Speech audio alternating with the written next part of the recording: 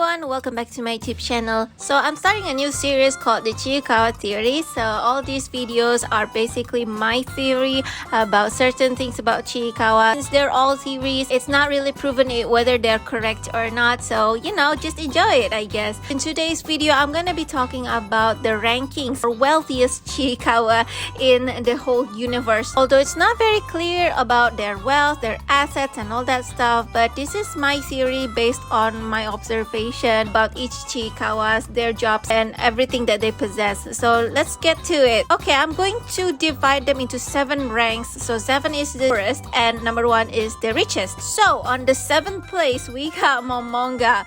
Now the reason why I said that Momonga might be the poorest is because, you guys know that Momonga isn't actually Momonga herself. It is actually the Katsuyo in Momonga's body. Basically, she's a chimera. She doesn't really know the concept of money. She doesn't really understand that in order to get what you want, in order to be able to eat or whatever, you gotta work and then you got to earn money and then you can use that money to buy goods and stuff. She's also very lazy at work. She doesn't really want to work. Last time we see her working, she was basically doesn't want to work, just lays around. Fortunately, her fluffy tail kind of collects the white stuff. Now, the other reason why I think Momonga is probably the poorest of them all is because she doesn't really seem to have a place to stay or a house, and she's often being seen freeloading out of other Chiikawa, like for example going to Furuhonya's house to eat. And I think this tallies with the fact that Momonga is actually chimera, because a chimera will be sleeping out in the field. Yeah, there you have it, Momonga. She's basically a freeloader. So in 6th place we got Hachiware. Hachiware is at least a bit richer than Momonga because at least he has a place to stay, he has a home. But if you take a look at his house, he lives in a cave and he doesn't really have like proper furniture and all that stuff. Even his stuffs they look like they're used stuff, or they kind of just broken and he never bothered to change them. But the thing is, Hachiware actually spends most of his money for his hobby and for things that will bring him joy, for example like hanging out with his friends. And so that's why he doesn't really collect a lot of assets. But Hachiware is the happiest character and the most positive character I see in Chiikawa universe. And so I feel like Hachiware is the perfect example of you don't really need a lot of money or stuff in order to be happy. Like, he's literally the perfect example for that. Now moving on to the 5th rank, that is Chiikawa himself. So actually Chiikawa and Hachiware has pretty much the same kind of wealth. It's just that I put Chiikawa a bit higher than Hachiware just because of the better house that he lives in. He has better house, he has better furniture, just a decent, like, it's not super duper good, but it's like decent house, decent furniture, decent stuffs. And he seems to have other jobs rather than just hunting. For example, he works at the lemon sweatshop as well. So I feel like in this case, I feel like Chiikawa is a little bit richer than Hachiware. Now let's move on to the 4th place. We got Furuhonya. So Furuhonya, you guys know, she owns a used bookstore. Well, it's not really like a bookstore, kind of like store, but it's more like she sells used books. She has a business. She's a businesswoman, and so that's the reason why I feel like Furuhonya could actually be richer than Chiikawa and Hachiware. Even though sometimes we see her not earning much from her used bookstore, and she's also not earning that much for her job. Now, if you take a look at her home, it is filled with books. How much money did she spend to get all those books? And not to mention, like, in her used bookstore, there will be some characters who come in and sell their books and she has to inspect and buy them, which means that she has quite an amount of disposable incomes. And so that is why I put Furuhonya on the 4th place. Okay, are you guys ready for the top 3? Because the top 3 Chiikawas are loaded. Okay, they could be loaded from having really good jobs or just unknown reasons.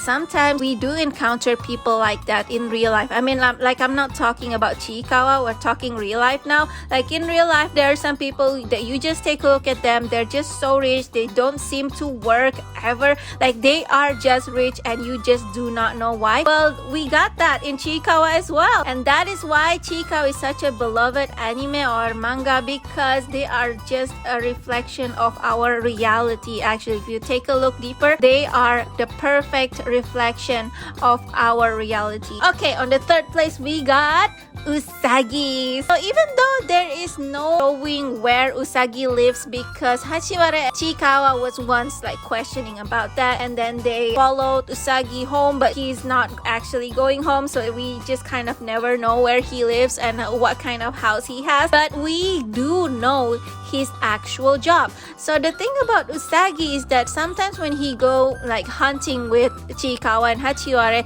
I just have this feeling that he's not really there to actually capture the chimera or the monster, but it's more like he wanted to just spend time with his friends. I just got this feeling that he's not really that serious about money because he's pretty loaded himself. When the episode of Chiikawa and Hachiwara followed him home, and then they found out that he's actually like a DJ, I guess it's a DJ or a musician in an underground Chiikawa club, that gives me a huge clue that yes, Usagi is rich. But the thing I love about Usagi is that even though he's pretty loaded, he's pretty rich, he doesn't really like show it off. So if I were to translate Usagi to a real person, I feel like Usagi is the kind of person who has a lot of money but doesn't really spend it a lot. They don't really buy like branded stuff or like eat the most expensive food all the time. They kind of just focus their life on having a good time with their friends and their family. That's the kind of person Usagi is in real life, which is such a lovely and amazing and financially smart person, if I may add. Alright, let's go to the second place. On second place we got Rako. Rako, I feel like pretty wealthy because of his career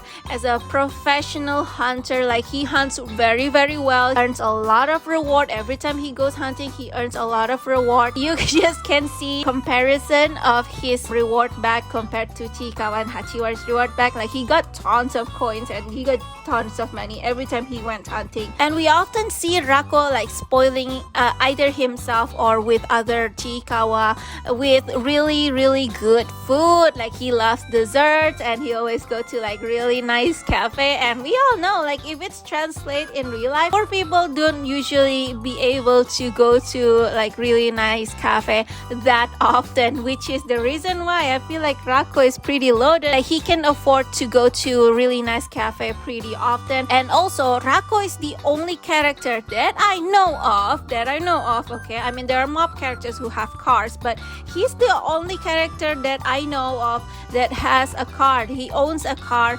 So I mean I just feel like although it's not really explained like how much is a car in the Chiikawa world, but looking at it I feel like a car is something that is quite expensive and not that many Chiikawa can afford it, and Rako being the only one that I know of that can afford it place him in the top 2. So yeah, there you go guys, Rako is pretty loaded. Not only he's so talented, he's very nice because he likes to teach Hachiwara on how to improve his hunting skill, which is like really nice of him, and also he's very loaded. Okay guys, are you guys ready for the first place? I feel like the first place is quite obvious. I feel like everyone would agree with me, but I don't know, I mean who knows, maybe there are some of you who disagree with me. That is totally fine. Again, like I said, this is just my theory, my opinion based on my observation, so it could be wrong, it could also be right. Are you guys ready? Okay, here you go. The first place we got Kurimanju. The reason why I said Kurimanju, even though we don't know that much about him other than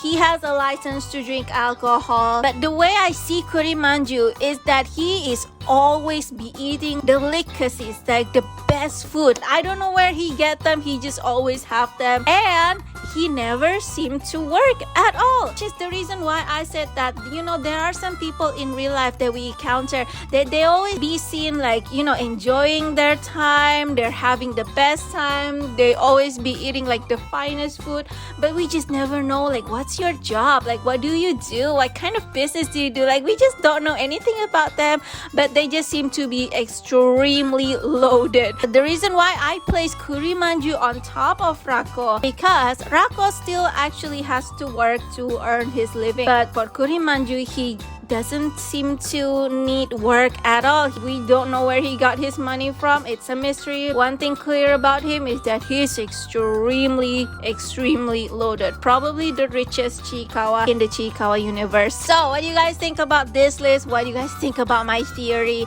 Do you agree? Do you disagree? Let me know in the comments down below, and I'll see you next time. Bye.